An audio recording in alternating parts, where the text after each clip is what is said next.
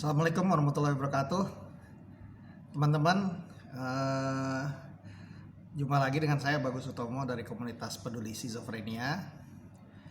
Eh, Kali ini saya mau membahas tentang mitos yang salah tentang skizofrenia. Nah, ini biasanya mitos-mitos ini sudah tersebar luas di tengah masyarakat dan itu membuat orang jadi kurang memahami skizofrenia atau dia jadi menstigma. Nah, karena itu kita perlu luruskan beberapa mitos umum supaya masyarakat bisa teredukasi dengan baik ya. Jadi kita bisa menolong teman-teman yang mengalami skizofrenia dimanapun di seluruh Indonesia ya. Nah, pertama ya, orang dengan skizofrenia itu diidentikan dengan kepribadian ganda ya. Nah, itu benar apa salah? Nah, salah. Nah, skizofrenia bukan kepribadian ganda. Kalau kepribadian ganda itu diagnosisnya itu gangguan kepribadian ya, itu multiple personality disorder gitu ya. Gangguan kepribadian ganda. Nah, sementara kalau skizofrenia itu adalah gangguan dalam penilaian realitas gitu. Kalau orang kepribadian ganda kan dia tidak mengenal satu sama lain kepribadiannya. Jadi dia seringkali dia tidak menyadari bahwa dia mengalami kepribadian ganda. Nah, kalau skizofrenia lain lagi. Kalau orang tadi multiple personality disorder atau gangguan kepribadian kan otaknya biasanya sehat ya, dia tidak seperti orang skizofrenia ada agak ketidakseimbangan kimia di otak gitu. Nah, kalau skizofrenia dia gangguan menilai realitas, dia tidak bisa membedakan antara realitas dengan kenyataan, dengan kenyataan realitas atau kenyataan dengan halusinasi dan delusi gitu. Dia sebabnya karena dopaminnya berlebih sehingga orang tersebut jadi cenderung mudah berhalusinasi ya. Jadi dia kepribadiannya cuma satu, tapi dia putus dari realitas. Kadang ngomongnya ngaco, ngomong tentang ini lompat-lompat, nggak punya storyline deh kalau cerita. Nah, akhirnya dianggapnya bahwa sama orang umum dianggap wah ini kayaknya gangguan kepribadian deh nih, karena dia ngobrolnya ngaco ngelantur gitu. Padahal enggak. Setelah dia diobatin ya dia kepribadiannya ya satu ya. Kedua, orang dengan skizofrenia jiwanya retak katanya. Itu orang memahaminya karena dulu disebut ada diagnosa skizofrenia itu skizo dan frenia itu, atau jiwa yang retak gitu di situ artinya secara harfiah. Tapi itu kan dulu waktu ditemukan pertama istilah tersebut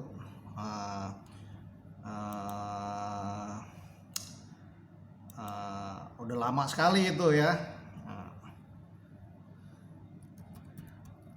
Sehingga pemahaman tersebut itu udah ketinggalan zaman. Jadi yang dulu dianggap para ahli berpikir tuh ya bahwa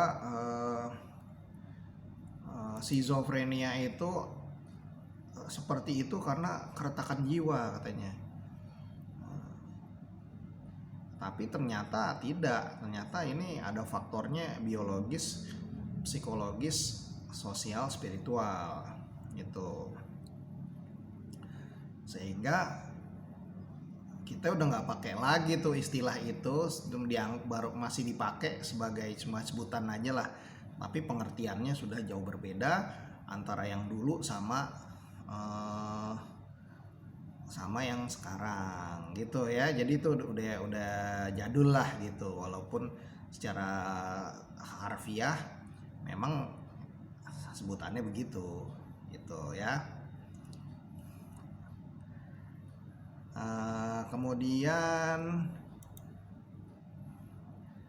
mitos yang lainnya adalah orang skizofrenia cenderung melakukan kekerasan gitu. Nah, ini biasanya kesalahpahaman ini, mitos ini disebabkan karena masyarakat tidak bisa membedakan tadi yang mitos yang pertama. Skizofrenia diidentikan dengan gangguan kepribadian ganda gitu. Sementara mereka nontonnya film-film Hollywood yang selalu menggambarkan itu ya, ada kekerasan, dia pembunuh berantai dan sebagainya, kejam, yang digambarkan yang gitu-gitu aja karena dunia film tertariknya pada itu yang menarik penonton. Padahal orang dengan skizofrenia yang pulih banyak banget, yang bisa bekerja dan berperan positif di masyarakat banyak, tapi karena si Hollywood begitu, akhirnya orang mulai membentuk image bahwa orang skizofrenia itu seperti itu. Padahal tadi skizofrenia sama gangguan kepribadian ganda tuh beda ya. Kalau pembunuh berantai itu tadi multiple personality disorder tuh kepribadian ganda ya. Atau psikopat, ada psikopatnya dia. Itu gangguan kepribadian juga, beda dengan skizofrenia yang kelompok gangguan psikosis. Nah, kalau orang skizofrenia ya ada sih yang melakukan kekerasan kadang-kadang karena ada bisikan-bisikan dia menyuruh membunuh keluarganya gitu, atau delusi keagamaan, misalnya wow dia nih bapak saya nih dajjal nih, saya bunuh aja gitu. Ada, tapi itu umumnya bukan karena dianya, tapi karena dia penyakitnya nggak diobatin, terlambat diobatin gitu ya. Tapi justru itu jumlahnya sangat kecil kok yang seperti itu. Nah, dia justru ya, orang dengan skizofrenia umumnya tuh dia kan ada paranoid kan, merasa ingin dijahatin orang. Dia kalau dia sakit berat dia menarik diri dari pergaulan, jadi kontak sosialnya sama orang justru sedikit gitu, sehingga dia mau ngelukain orang siapa, paling yang terdekat keluarganya kalaupun dia ada konflik gitu. Tapi umumnya lama-lama ngurung diri di dalam kamar, atau dia menggelandang tuh, yang gelandang ya jalan aja kemana-mana karena dia udah putus dari realitas. Jadi sebenarnya kecil sekali orang skizofrenia yang melakukan kekerasan. Justru sebaliknya, orang umum melakukan kekerasan pada pasien skizofrenia, disiksa misalnya, ditimpukin batu, dipukulin gitu. Jadi orang dengan skizofrenia menjadi korban dari kekerasan dari orang umum itu jauh lebih banyak. Pelaku pembunuhan aja lebih banyak orang umum daripada orang gangguan jiwa sebenarnya gitu. Oh, kata orang-orang, wah itu dia kan dia membunuh itu karena berarti dia gangguan, dia sakit jiwa juga dong. Ya beda dong ya kan, itu orang sehat yang bisa begitu gitu. Cuma dia mungkin kelompoknya juga beda. Itu mungkin gangguan, misalnya gangguan kepribadian psikopat mungkin bisa, tapi nggak bisa ini kan secara umum bahwa orang skizofrenia, bukan gitu. Yang pembunuh berantai itu mereka yang gangguan kepribadian ganda dan psikopat misalnya, tapi skizofrenia sedikit yang cenderung melakukan kekerasan, dan umumnya itu karena terlambat diobatin.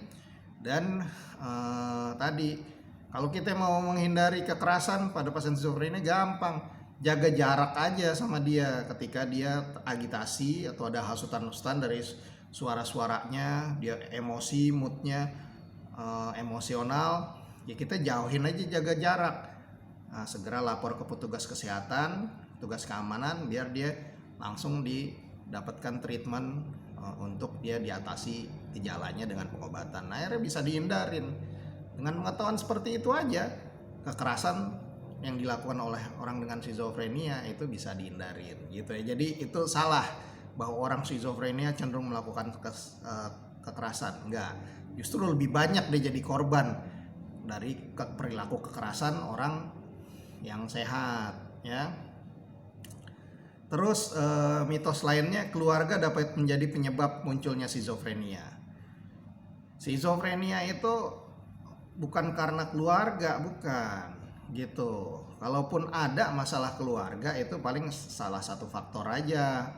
Tapi kalau cuma salah satu faktor aja, itu dia tidak cukup kuat membentuk gangguan skizofrenia, tidak. Biasanya dia ada multifaktor, dia ada faktor-faktor misalnya genetik gitu ya, atau faktor biologi otaknya yang terganggu.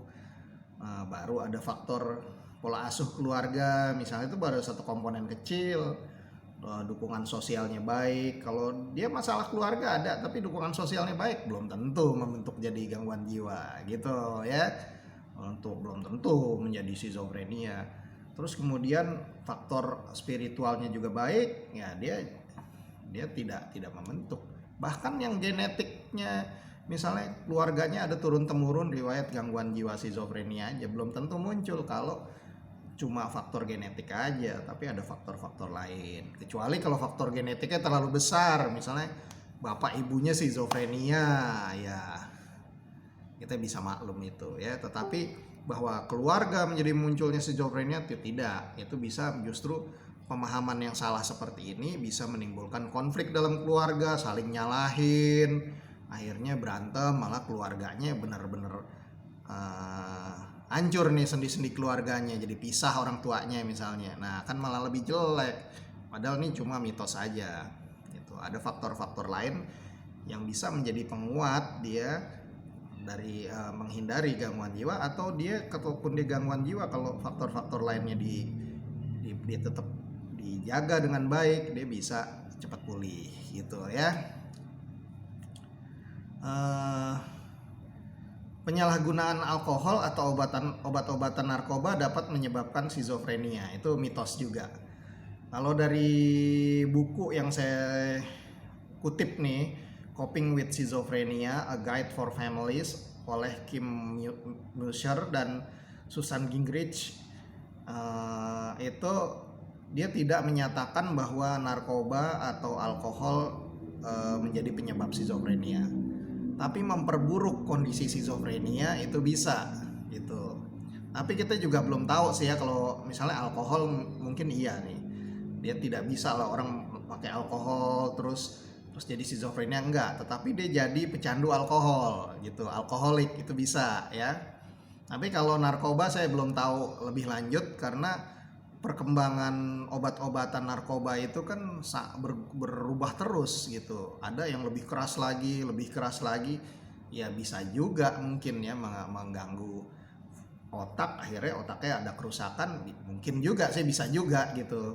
Meskipun kalau di sini dinyatakan bahwa biasanya mungkin sama lah kayak alkohol, kalau dia pakai itu biasanya dia jadi drug addict gitu, jadi pecandu gitu.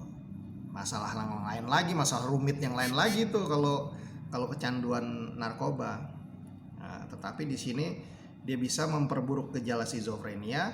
Dan kalau yang saya pernah baca juga gini, penggunaan alkohol dan narkoba pada pasien skizofrenia itu bisa meningkatkan resiko kekerasan gitu, baru tuh benar. Jadi bahwa itu orang dengan skizofrenia melakukan kekerasan itu biasanya karena ada alkohol dan narkoba di situ. Tapi kalau dia nggak ada, ya dia sebenarnya mudah dihindari gitu.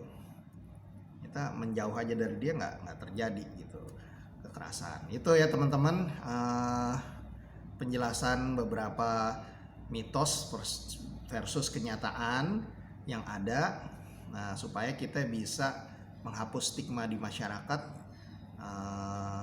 menghapus mitos-mitos yang salah di masyarakat tentang gangguan skizofrenia gitu ya. Jadi saya ulangin lagi buat ringkasan, pasien skizofrenia bukan kepribadian ganda. Yang kedua, dia tidak mengalami keretakan jiwa, tetapi gangguan biologi di otaknya, ketidakseimbangan kimia di otak, dopaminnya berlebih gitu ya, sehingga dia pikir, emosi, dan perilakunya terganggu. Yang ketiga itu masalah kekerasan. Itu tidak benar. Orang dengan skizofrenia itu jangan diidentikan dengan multiple personality disorder. Orang skizofrenia bukan pembunuh berantai, itu bukan. Tapi dia justru, orang dengan skizofrenia itu tidak diidentik dengan kekerasan, justru dia sering menjadi korban kekerasan dari orang umum ya. Yang keempat, penyebab skizofrenia itu selalu multifaktor, jadi faktor biologis, psikologis, sosial, dan spiritual. Kalau keluarga saja, masalah keluarga saja tidak bisa menjadi penyebab skizofrenia. Nah, itu baru satu faktor biologis saja, baru sebagian kecil ya. Terus penggunaan alkohol dan narkoba tidak bisa menjadi pemicu munculnya skizofrenia kecuali dia ada faktor genetik kerentanan. Terus kemudian juga dia biasanya memperburuk, kalau alkohol dan narkoba itu menjadi memperburuk gejala skizofrenia. Itu teman-teman, semoga informasi ini berguna. Jangan lupa klik tombol subscribe dan lonceng, kasih komentar juga ya kalau misalnya ada komentar. Terima kasih. Wassalamualaikum warahmatullahi wabarakatuh. Salam sehat jiwa.